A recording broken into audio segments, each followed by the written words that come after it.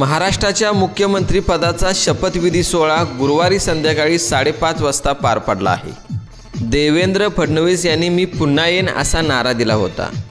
तोच नारा खरा ठरवत महाराष्ट्राच्या मुख्यमंत्री पदावर गुरुवारी संध्याकाळी 5:30 वाजता विराजमान होत त्यांनी देशाचे पंतप्रधान नरेंद्र मोदी यांच्या उपस्थितीत शपथविधी ग्रहण केला असून आता मुख्यमंत्रीपदी त्यांची निवड झाली आहे।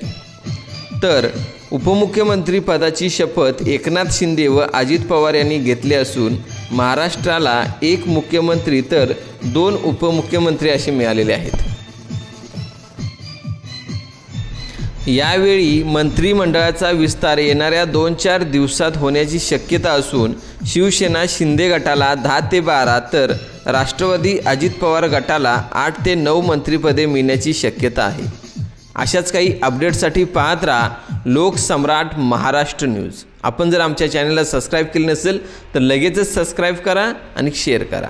जय हिंद, धन्यवाद।